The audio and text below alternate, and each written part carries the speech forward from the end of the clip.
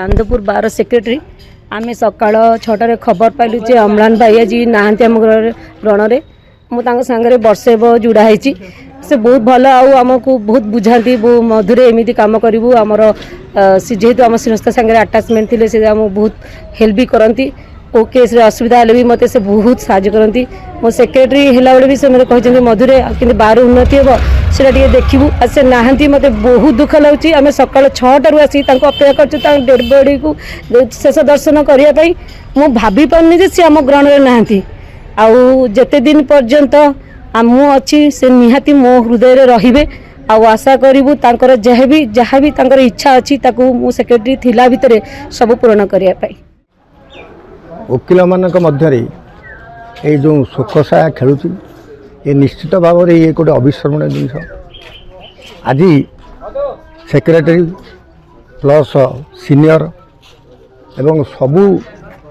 वर्गर आज आईनजीवी माने जो उपस्थित रही एवं तांकर जेतिकी दिन से तांकर वकिल जीवन आरंभ करछंती से गोटे अम्लान प्रतिभा से नामकरण प्रकृत में तांकर यथायुक्त भाव में प्रतिपादित करछंती एवं सेहितिपाई गोटे इंग्लिश प्रोवर्ब अच्छी fame is a food that dead man can't eat मनीष मला परे प्रकृत प्रशंसा तार जो अध्यवसाय ताकू प्रमाणित करछंती आज आनंदपुर बार रे पूर्वतन जड़े दक्ष वकिल मो पाखे छिड़ा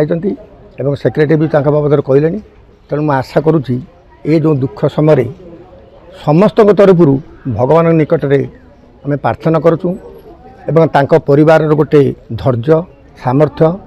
एवं ता परिवार जमी आउ कौन दुख सृष्टि न हो एथिपाई समस्त भगवान निकट आम प्रार्थना करुँ ये दुखद समय समस्ते से परिवार प्रति समवेदना जनइंट यहाँ हूँ गोटे बड़ मन रखा दिन तेणु मुझे कहूँ जे से भाई अम्लान प्रतिभा आमको तो जाइए सी जो प्रकार भाव में व्यक्तिगत भाव में समस्त संपर्क रखिकी रही समस्त मन में समस्त हृदय निश्चित भाव में मन रख आम वकिल समाज गोटे दुखद दिन अम्लान जेना से आम गहन नहांती से जो